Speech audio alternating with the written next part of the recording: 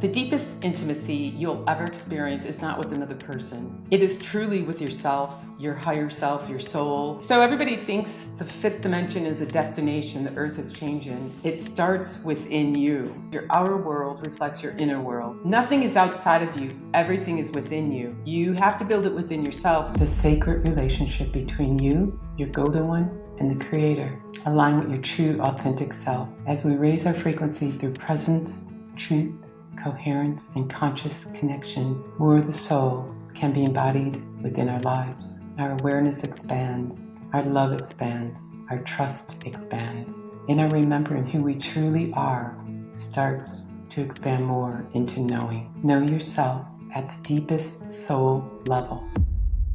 Sitting in a high chair at just over a year old, Brenda Zyburt turned blue and stopped breathing.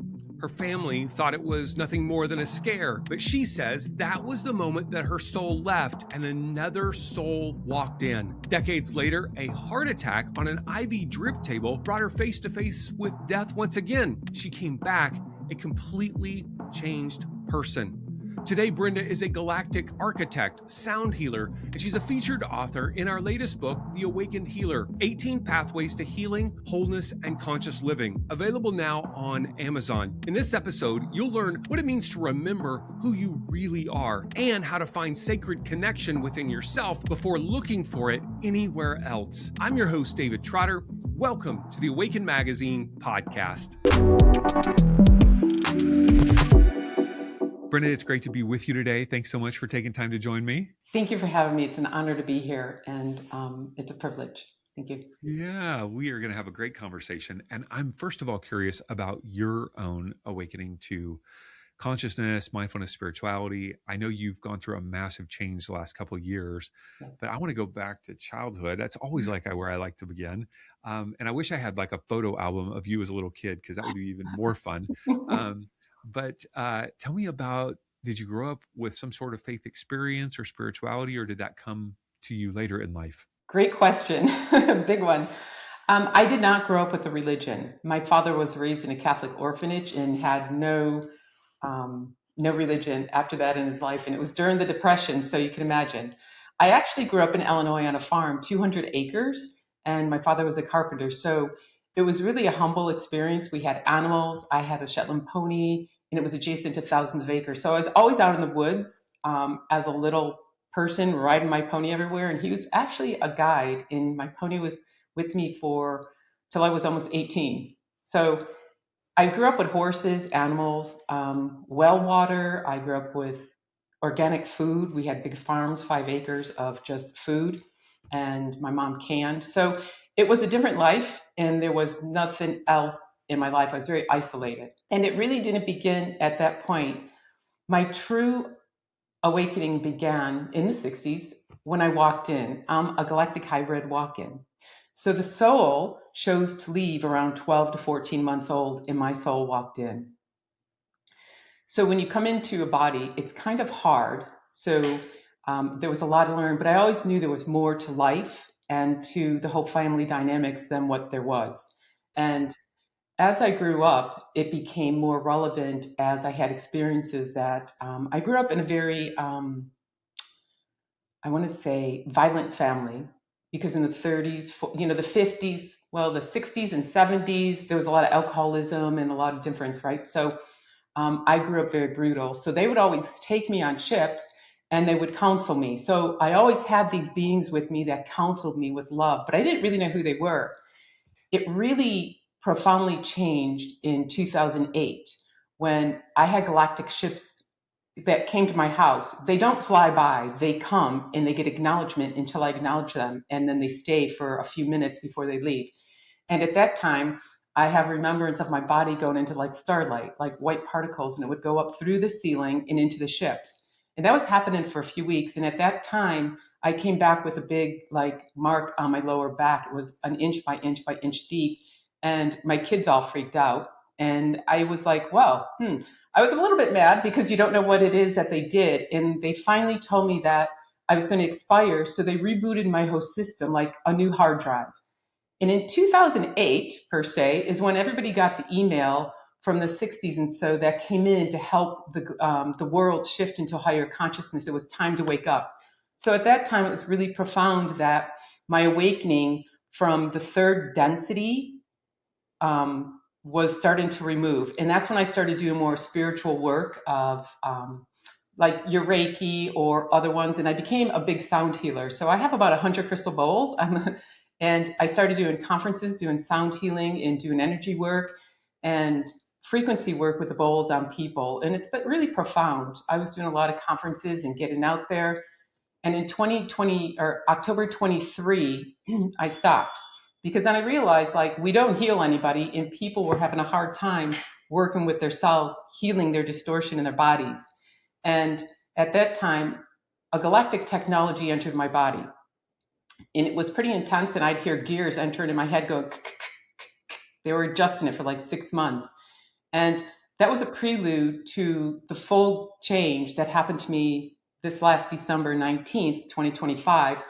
I went into a facility for an IV drip. I was traveling a lot for work. I was really dragging for the holidays, and I just wanted a boost. So I wanted a B complex drip, and maybe some NAD, which is vitamins for your cells.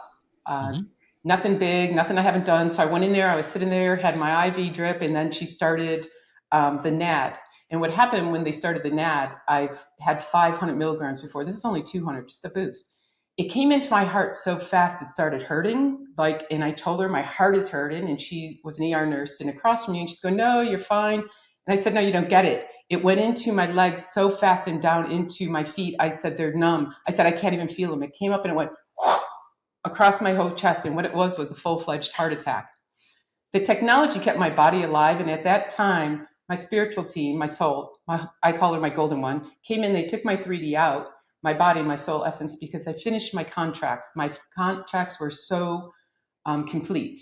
And I refused to come back. So then they took the fifth dimension aspect of my soul and put that into my body. I was gone 2 to 4 weeks in Earth time, gone.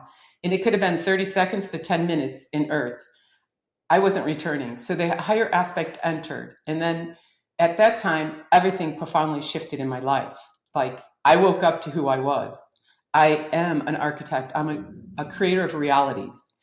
And people ask, what is that? I create worlds. I create realities. I bring remembrance into form. So it's through remembrance that we can bring into the earth. And so with that, on December 21st for the winter solstice, I usually go outside. I dedicate an hour and a half to myself every morning to connect with the earth, to connect with my spiritual team, and to channel and journal. And when I was out there at about 4:30 in the morning, I started seeing like Nerf ball sized lights come in, and they were across the sky from the east to the west, about every 10 feet apart. And I looked up again and they started moving, and I got dizzy. And they told me they were the codes coming in for the solstice, the winter solstice. And I asked, will everybody receive these? They said, no, they'll go around them like water who don't need them or want them. The people that are ready will accept them. And then I seen the ship that came because it was like 20 paces behind off center, and it collapsed time and space as it went. And they lasted for about 2-3 minutes. And that was a profound change of a lot that started happening in my life. So it's really a profound awakening of a whole life experience. My goodness, Brenda, I've asked that question a lot of times, and that was the most intense answer I think I've ever gotten. That was a lot. That was awesome. I would love that. Okay. I want to go back to the very beginning. You said at 12 to 14 months of age, you had a soul exchange. Is that what I heard? Yes. And do you remember that happening, or was that meaning like, how do you remember that happening? Did they tell you that happened, or do you remember it happening? Kind of both. Like I took care of my mother before she passed away a few years ago at my house, and she was with me for 4.5 years, and they reminisce over everything. And I already knew this before, but she solidified it. She would tell me, yeah, when you were a baby in the high chair, you turned blue for over 2 minutes. And everybody at the table, my brothers and sisters, remember when they heard, they laughed at me.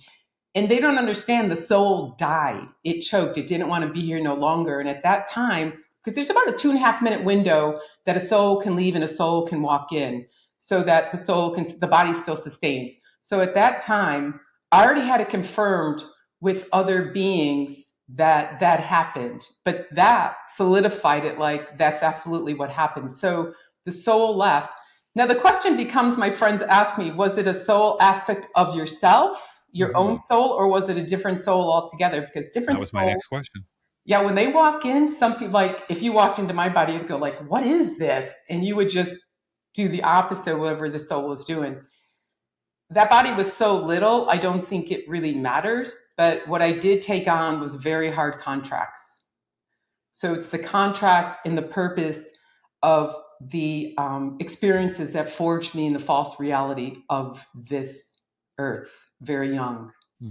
And so would that involve the alcoholism and violence? Is that what you're referring to? Yes, like it was a very hard contract. So when we go into it, like I write about it in my book, but it's more like the alcoholism, the physical abuse, the mental abuse, the psychological abuse, and then like being raped and being molested, like all of it is hard. And then you think about it and you think, huh.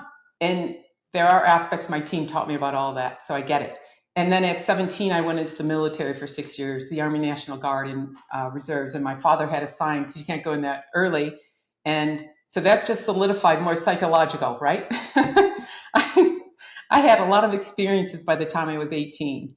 And then you experiences the relationships and everything else before I really awoke in 2008. Hmm. Okay, so take me back to 2008. I mean, you had a lot of details in there. Remind me again what happened in 2008? So in 2008, I was a single mom. I think by that time I was about like 2004. I had my own place with my two children and my grandchildren. So I was playing with my son and I went out my back door. And you'll remember, you could appreciate this. Remember the old concerts where you would see those concert lights go and those big strobe lights in the air?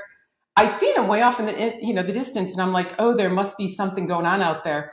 And then all of a sudden they got closer, and then they became purple, like a beautiful violet purple. And I looked straight up, and there were three ships sitting there because the lights went right up with them, and they stayed there for about 2 minutes, and then they went in perfect formation across the whole sky. And I'm like, wow, like that was my real first galactic, in your face, we are Hmm. here Hmm. experience. And what it was Did was you freak out? no, no, no, no, you can't. So here's the thing. People always want to know why ships don't come to them. It's the Hmm. frequency of your heart. Your Hmm. galactic team can't acknowledge you until your frequency is raised, right? Hmm. So it was around that whole time that the ships were taking me and they did surgery on me because I was going to die. They explained it like you're going to expire. So same Were way. you having health issues at the time, or they were just No, they no. just had an awareness that something was coming? In a sense, yeah. Okay, so in that time, I was waking up, and what happens when you don't have when you grow up in an environment like that, you do not have physical boundaries. So therefore, you don't have spiritual boundaries. So when I woke up, everything was coming in, the economy, the light, the dark, everything. So they had to intervene to stop, so I could learn boundaries, if that makes sense, spiritual boundaries. Sure. And this is the time where the 1 inch by 1 inch by 1 inch Yes. was implanted in your lower back. Is that right? They took it out. It was a whole gouge out of my back.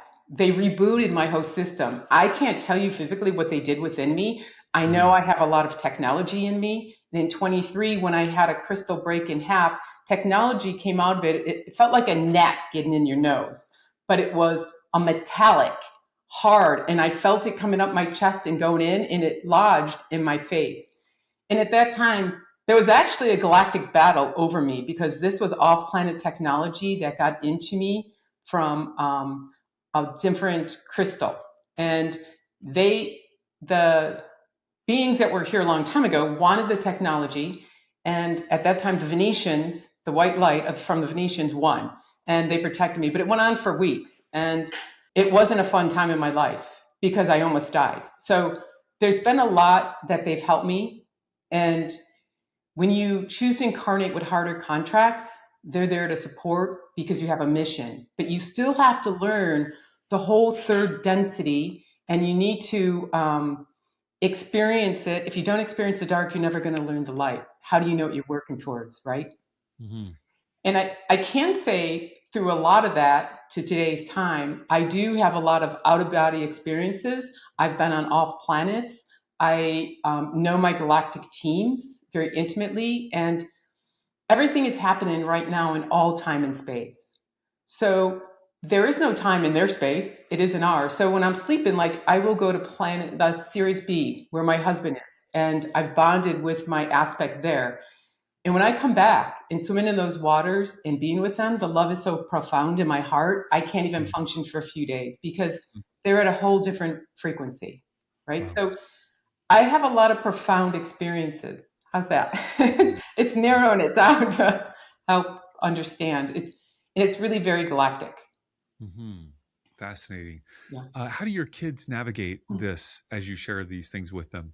Well, they've lived through it with me, and my one daughter, and I want to laugh. She's like, "We should have a TV reality show," and I said, "Don't even go there," right? Because there are a lot of paranormal activities that happen around me, with me, and the stories I tell them or my dreams when I wake up, I go, "You won't believe where I was last night," and they listen, and they, I have a hard time being around people because I don't watch TV news. I haven't engaged in the 3D in years, and I'm at a higher frequency, and they get it, and they just listen and they embrace it. How's that? And they want to get there, and the issue remains that there's still too much distortion in their young years, right? So Hmm. it takes time. Hmm. Yeah. And yet, as you said, you don't watch TV, you don't really engage in the 3D world, but yet you have a full time corporate job essentially. I do. I do. I work in supply chain. I negotiate contracts. It can be from divestitures, joint ventures to $20 million for supply chain. I work with a lot of very high professionals. I was in aerospace over 13 years, semiconductor, medical. And it took me a long time because I've worked with brilliant people, brilliant people. And you have to separate because you're inundated every day at every workplace with read this, do that, acknowledge this.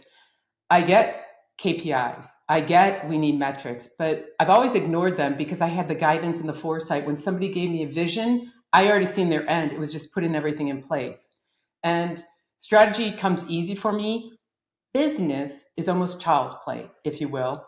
It's the people's frequency that creates a distortion. So you have to understand where people are at.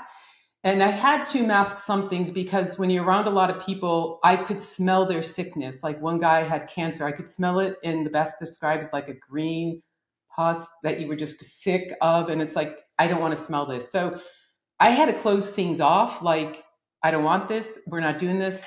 And I just filter in the world what is only needed for those negotiations. I love mathematics. I love um, I have to challenge my brain. We're here to learn and have experiences. So I have a master's in global business management, but I say my spiritual degrees, there's so much more, right? So it's balancing and walking in both worlds with a structure of boundaries and being in your true authentic self and not letting any distortion from those come into you, if that makes Mhm. sense. Because there's a Yeah. lot of distortion.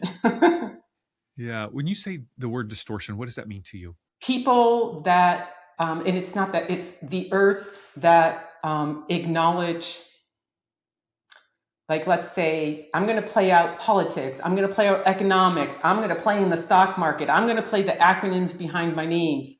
Spirit doesn't acknowledge any of that. They acknowledge your wholeness. The universe, collective consciousness sees you from your frequency. When you leave, and I've left, and I can tell you how and what they had me do before I even went there, is they see you by your frequency that you truly are, not the acronyms, not what you have in your bank account, not, you know, all the achievements, right? They do learn from us. I am a teacher to the Galactics as much as they are a teacher to me. It goes both ways. Everything does. And so they're always interested to know, like, well, why did you do that? Or how does it work in your body? So they are always tweaking our DNA. They are always working with us because they want the human to be at a very good physical body. We used to last a long time. And because of all the distortion, and I could go into all the different communities. Picture it like a vision board. If I'm in a stock market community, I'm in there ringing the bell. If I'm in a UFO community, I'm over there like going at it. Or if I'm in a political, you know, taxation, I'm over there. You play in their fields and then you believe in their beliefs, and that's distortion to who you truly are. Your coherence is alignment with your golden one, your creator. Like that is true coherence, and everything else falls away and it doesn't have any compatibility with you. It's like water and oil. Like I don't play politic games. I don't watch TV. I don't watch and engage in a lot of the 3D semantics that go on. That is the shift. Like people that are really entrenched into all of it live in that. People who are in the split, as they call it, live in a different reality where they don't engage in that. And that's distortion from a true coherence. Does that make sense? Sure. Yeah, it's beautiful. One of the things I'm curious about is you call yourself an architect and a guardian of living systems, and you describe that a little bit in the first part of your articulation of your awakening. But what does it mean to be an architect? I mean, it sounds like you're an architect in the 3D world as much as the 5D world. But what does it mean to be an architect and guardian of living systems? That's a great question. Thank you. So they've taught me. I used to work with, I was forged with the Elohim. They're the creators of reality that bring it into the structure. And I'm a creator of galaxies, of worlds, of universes. And then once you forge the world, say Earth, and you come into the world to bring like light into matter and then coherence into remembrance to be sustainable, because it was gas in the beginning, right? And you have to form a structure. We're all architects. We're all builders of reality in our own reality. It's, do you give your power away or do you stay true to your path and your mission? I have remembrance of being Atlantis and Lemurian. I have remembrance of being there, and I worked in the light technology with the light pyramids and the light tunnels with the ant beings. They worked them, and ant beings are not small. They are 6 to 8 feet big. They're amazing. So it's bringing the remembrance back here, and it's anchoring into the earth and having the remembrance of who you are. And you do that with your alignment, and then you bring the architectural reality of remembrance here to earth. That is a fifth dimension. That is how you leave a 3D when you align with your true self, right? And you remember who you are, and everything else falls away. And the architecture is staying true to your path, your mission, knowing your context, your contracts, and what you're doing, versus having somebody else's vision boards. You live your authenticity, you walk your truth, and you stand in your power. Does that make sense? Yeah. You touch base on many of these concepts in your chapter within our latest book, The Awakened Healer, which comes out July 20th, 2026. And your chapter is called The Architecture of Intimacy: Why Sacred Connection Heals the Body, Opens the Heart, Restores the Nervous System, and Returns Us to Ourselves. I'm going to say you're going to win for longest subtitle. Okay, you won. I love that though. Yeah, the architecture of intimacy. So when you talk about why sacred connection does all these things, heals the body, opens the heart, restores nervous system, returns us to ourselves, what do you mean by sacred connection? The deepest intimacy you'll ever experience is not with another person. It is truly with yourself, your higher self, your soul, who I call my golden one, and the creator. That is the true intimacy of the architect.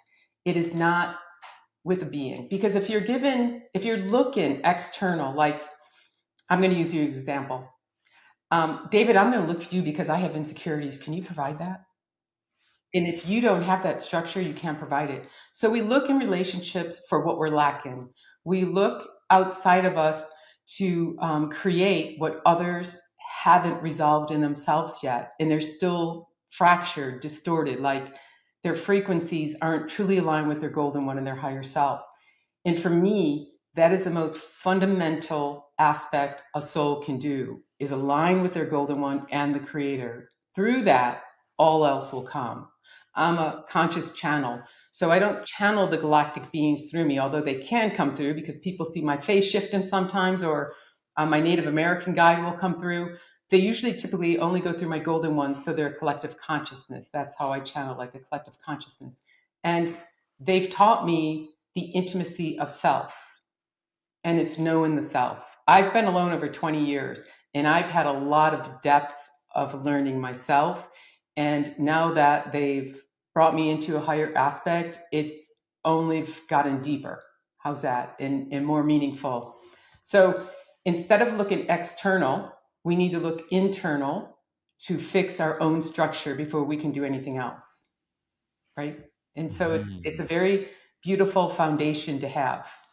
And what would you just mentioned one of the reasons why I think, but my question is, what holds us back from having that type of sacred connection?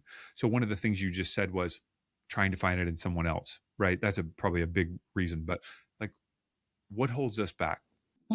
Honestly, there is no right or wrong. Every soul is on their perfect path.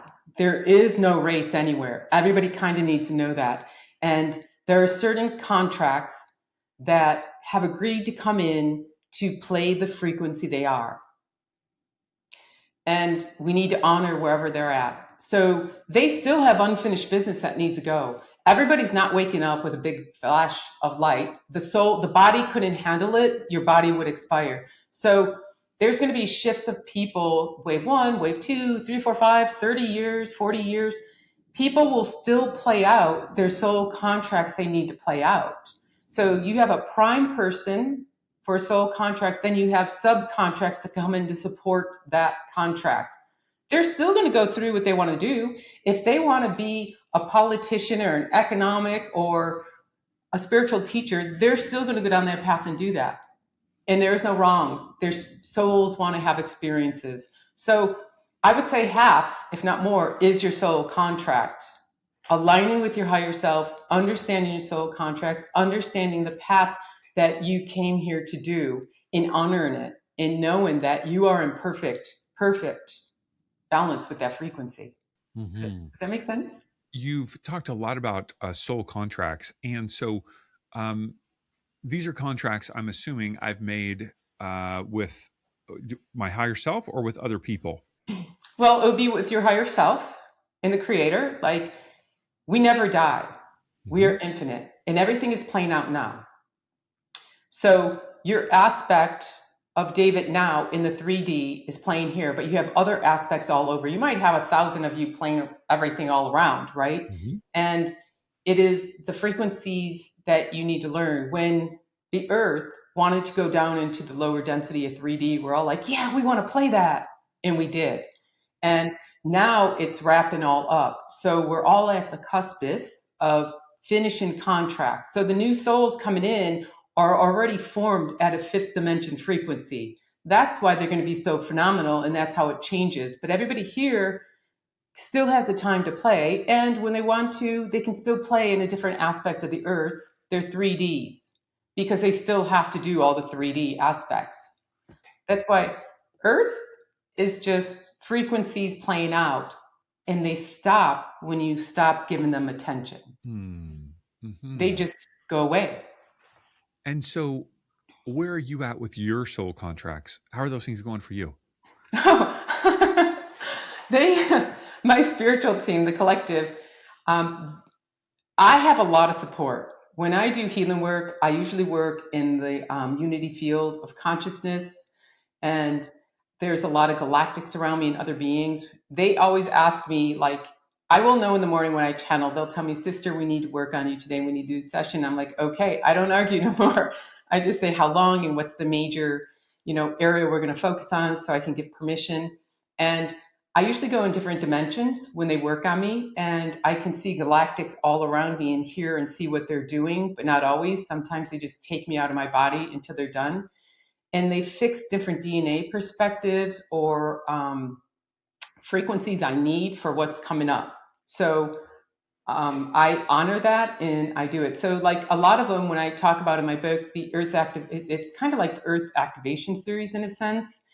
I travel a lot and I'll do a lot of weekend trips by myself. I was up in New Mexico at the Continental Divide. It was really beautiful. You have volcanoes from a long time ago you have ice caves below it, and nobody knows how they're formed.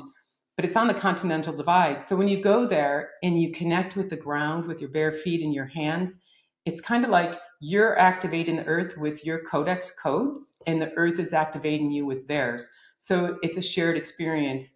And my team will prepare me for anywhere I go to do that. Even when you're in an airport, you're still doing DNA codes and giving and receiving. And a lot of it could be with people all around you as they interface with you. So my soul contract is beyond on path, and I am now in these from the winter solstice to the 21st of December till the summer solstice next week, June 21st. It's been an awakening phase of peeling back any third dimension reality that is still here. My house is for sale. I will be moving. And as I move, it's into a full fifth dimension frequency. And then 3D won't really be in my reality anymore because I'll be focused on the new earth. I've worked in a lot of my dream states with the Galactics. I've already seen the light technology. I've already seen the live-in homes. I've already seen the technology that will be here because it's a remembrance. It's not that we're creating it. We're raising our frequency to have a better remembrance. And it's kind of like, it'll be phenomenal once we get there. It will take time. But as people say, oh, I have this gift, I have psychics, or I'm an empath, or it's actually you remembering you and you being more fully in your coherent state with your holy, your golden one. And as you're more in focus and more in alignment with your true self, more of your remembrance of who you are come in. And it encompasses all the psychic abilities. It encompasses the remembrance. It encompasses knowing your contracts and your path. So I know it's a lot. Mm-hmm. It's good stuff. One of the things you state is that the fifth dimension is not a destination. It is a state of coherence embodied. And that's exactly what you were just talking about, an alignment with your golden one as well as with source. Yeah. So everybody thinks the fifth dimension is a destination. The earth is changing. It starts within you. So as my third dimension density is falling away, my banking system, my job system, my belief systems, as they fall away, they can now build the new fifth dimension reality, and it lives within you. You have to build it within yourself because your outer world reflects your inner world. And so as I have more remembrance and I'm more in alignment with my fifth dimension, I can build my sanctuary where I'm going, right? I'm going to do horse rescues. There's going to be animals I've already seen, like from the Galactics, like there'll be animals that have been extinct that will come back, and there's other animal species that will be born here in the water and on land that we've never known. It'll take some time for them to come, but it's already happening. So you have to do your fifth dimension structure within. Nobody's coming to save us. It's all you with your alignment. Some of what you're talking about feels very escapist, escaping from the 3D world to have this five-dimensional reality experience. And yet you're still here on this planet. You know what I mean? Like, how do you navigate that? Is it more, there are some who would like to remove themselves and be more of a solo experience of the planet and not interact with others, which that's totally like an option. Is that what you're drawn to? Or I guess the reason why I'm asking that question is because most people who are watching or listening to this, they got kids, they got a mortgage, they got a job, they got a spouse, they got, a baby daddy, they got a, I have all that. I do. I have all that. So the fifth dimension is not escaping. It's being present and grounded in the earth. The fifth dimension comes from our scientists. It comes from our farmers. It comes from agriculture. It comes from teachers. It comes from having a higher consciousness. So as some of the structures crumble, the people that have the higher consciousness, even in politics, will step in and start rebuilding a coherent structure. It's Mm-hmm. not about escape. It's about being very present, being grounded to the earth, and being very here. Mm-hmm. I'm working with animals because I want to do a horse rescue center. So I'm at the age of, I'm 61 and I'm in the next stage of my life. Like, I'm kind of done working, but I still love doing contracts. I still love negotiating. And right now I am looking at companies that are very ethical. They are very into the future to help humanity, not take away. So we need to shift our focus into a state that is our passion and our path. You can't take a scientist out of a scientist. You can't take engineer out of an engineer. They will find their passion at a higher consciousness to bring that to the earth. So it's about having a higher structure that replaces what's crumbling, not escaping it. Mm-hmm. Thank you. Thank you for Yeah. sharing that. I'm actually curious about negotiating contracts in a fifth dimensional sort of way, because when I think about somebody who's a contract negotiator, as someone who's never, I mean, I guess I've negotiated contracts, but not what you're talking about.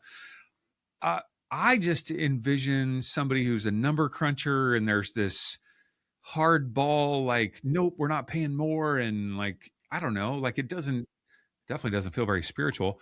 How do you how do you see contract negotiation from a ethical fifth dimensional perspective? That's a great question. And it's one I've learned over my whole career. I have been in the supply chain contracts business my whole 30 years. And in the 80s and 90s, it was about taking everything from another source. And it's starting to balance, but there's still the old in machining, sheet metal, raw materials, and certain commodities that are still stuck in some of that. And when I look at the different technologies or different industries, there's more ethics. There will always be key performance indicators, but it should be more compassionate, more, I want to say, a win-win. And when I do frame out contracts, I always point out the good and the bad. And I want them I want the marriage to start correctly. How's that? Because there's always a marriage and divorce sometimes. We want it to be on an even footing. And a lot of my contracts have statements of work. They could be 50 pages to 100 pages that go into project management. So everybody's always in cohesiveness with it. And sometimes it's not about how much money can I take. It's about how can we build a relationship to have something sustainable between both of us so that we can have the better good for humanity. And that is tough.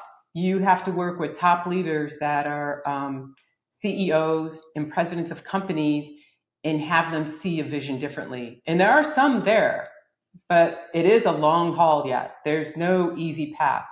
And you got to start though. You have to start. And I've worked in my the last 5 years or so with compassionate people that wanted fairness, which was really good. So business needs a shift. And that happens when we remove the distortion within us and see the compassion with everything we're creating. Mm-hmm. Yeah. You write about in your chapter in The Awakened Healer a powerful meditation that you experienced in April of 2026 this year, prior to a trip to Ireland and Scotland. And tell us a little bit about that.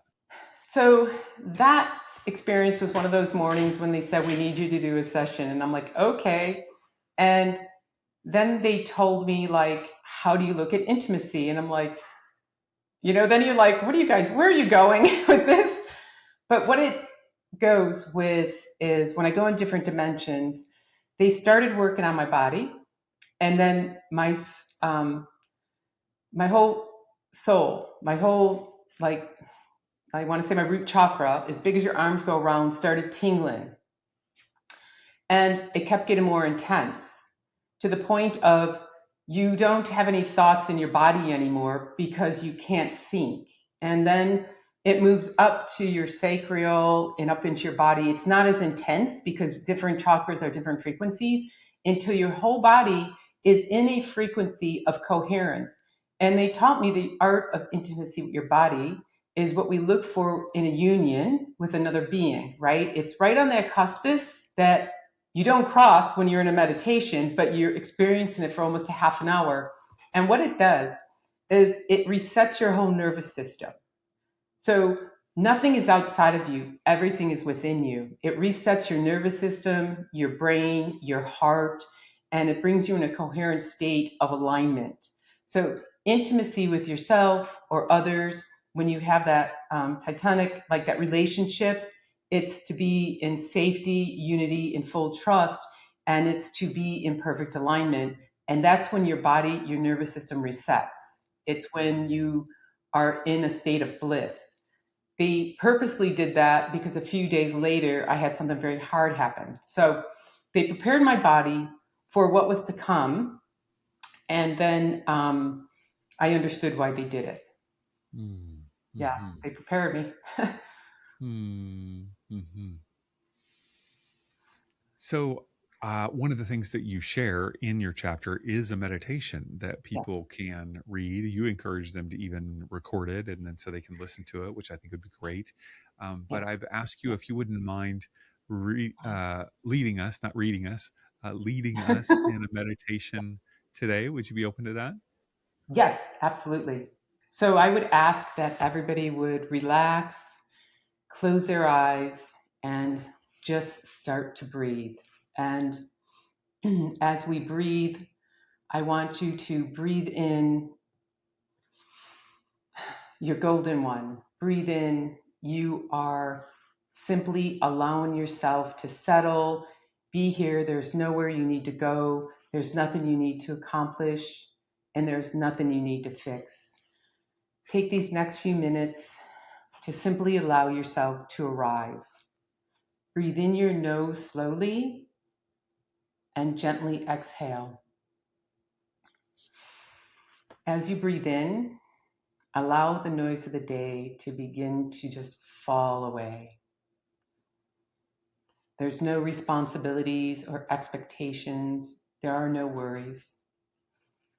The endless stream of information is gone. Allow it to drift by like leaves on a river, just floating away.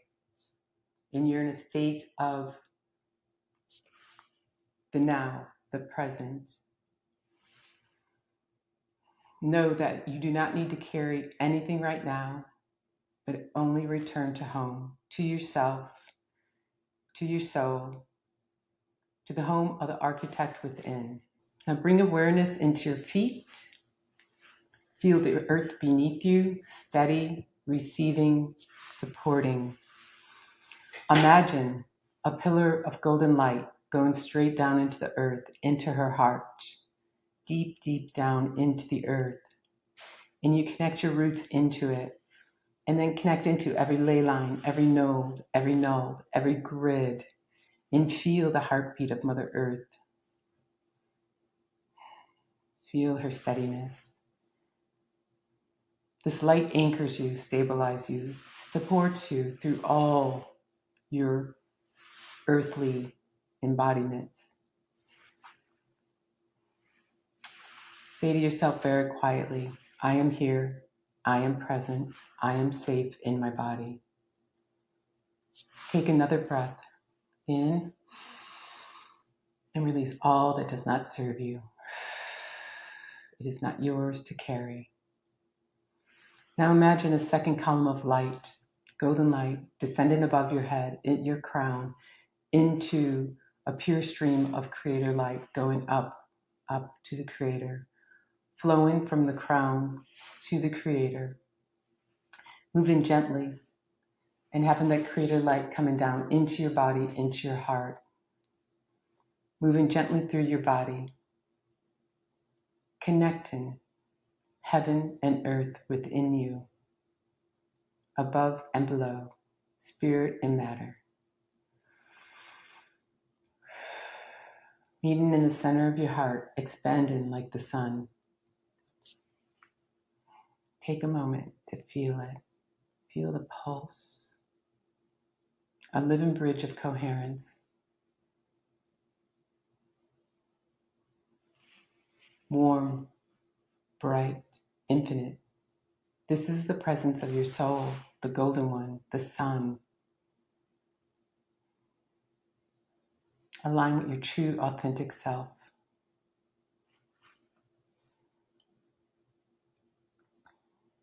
This is the love you've been searching for. It is not outside of you. It is present within you. Allow the light to expand into your chest, your shoulders, your arm, your entire body. Every cell illuminating like a star, brilliant, shining, shimmering. Every breath is aligned. Every part of you remembering its true origin, your true design. Silently repeat, I am loved. I am whole. I am enough exactly as I am. Allow the golden light to continue to expand all around you, into your throat, your voice, your truth, your mind, your wisdom, your knowing, into every part of your field, allowing remembrance to return into coherence. Now imagine a soft sphere of golden light surrounding your entire body. This is the field of your coherence. Calm, present, intelligent, breathable, and alive. It does not block, it organizes. It does not resist, it clarifies. Within this field, only truth and coherence remain. Only what serves your highest good remains. Silently repeat, I choose clarity. I choose presence. I choose coherence. I choose love. I choose to know thyself. Take another breath in and release all that does not serve you.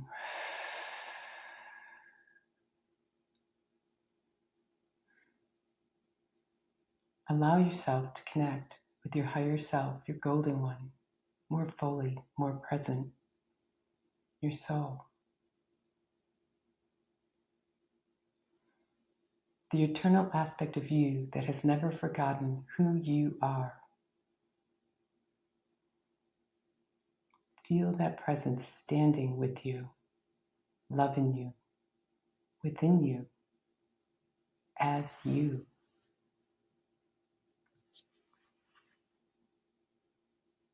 Silently repeat, I trust myself. I trust my soul. I trust the wisdom within me. Now simply rest. Feel the presence of your own being, the Creator. Rest in knowing you are supported, you are guided, you are loved. You are exactly as you are and as you need to be.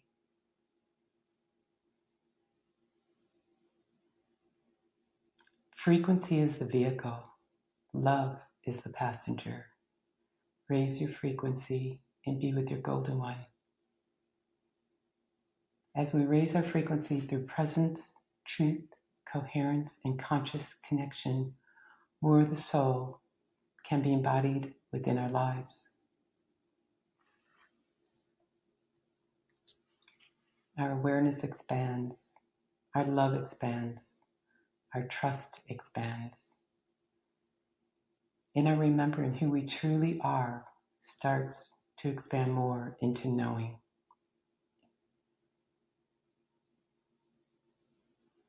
Know yourself at the deepest soul level.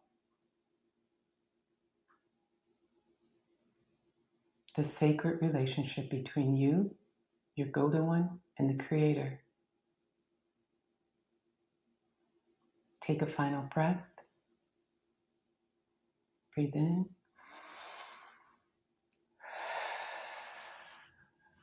Feel the earth beneath you. Wiggle your toes and your hands.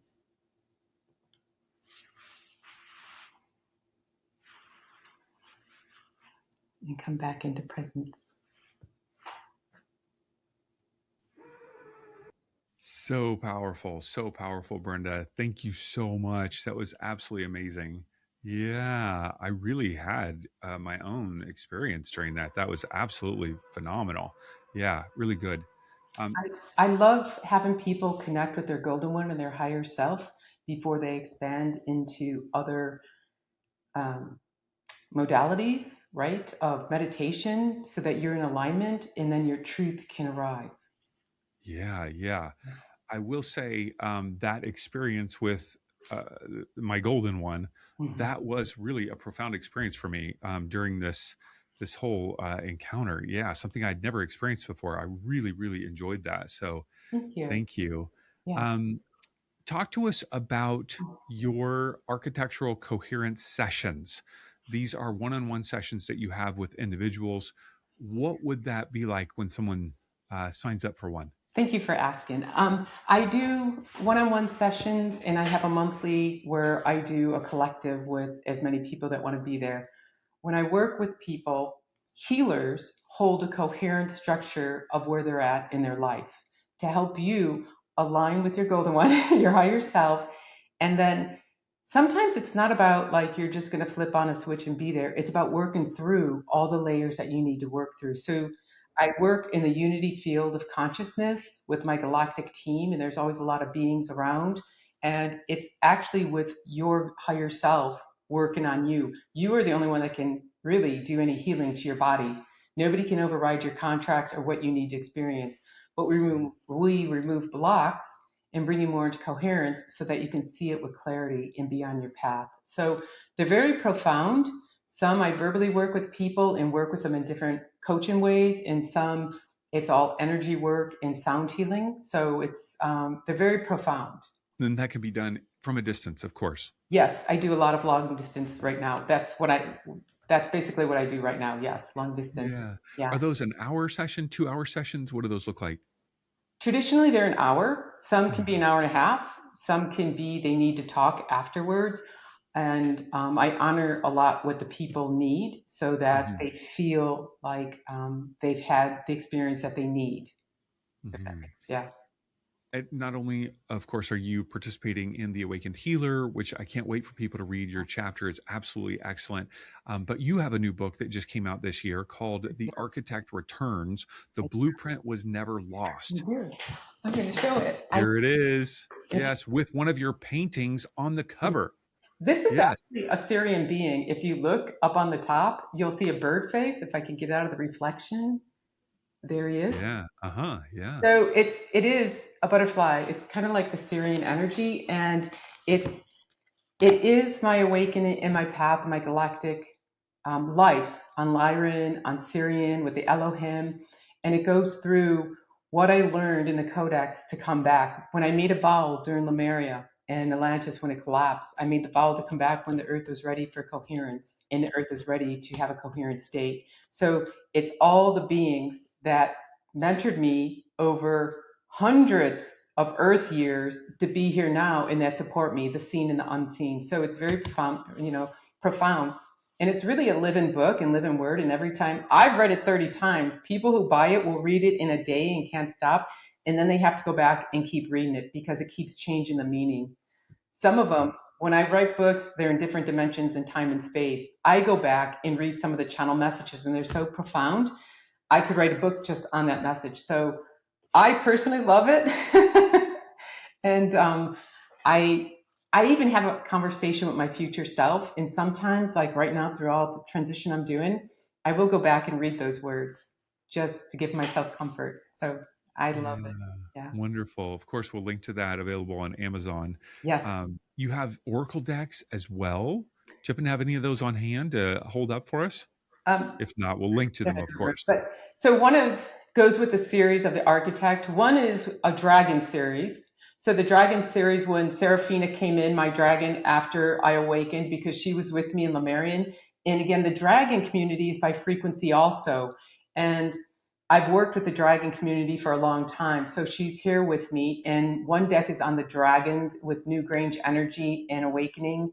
And I do like they're beautiful messages. So I did these graphic design and I had a lot of fun because normally I'm an artist that I channel my artwork, a conscious, and this was a different kind. And then I did an architect message deck that goes kind of like with the book to give you more depth of messages from the architect.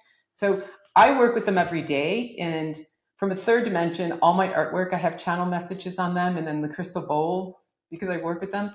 I got to say, crystal bowls are phenomenal. When my team asks me to work with bowls, they tell me every time it goes through all dimensions, time and space. And it doesn't, although help me, it helps the neighborhood, the world, and then it helps other dimensions because the frequency keeps going. So crystal bowls are very profound.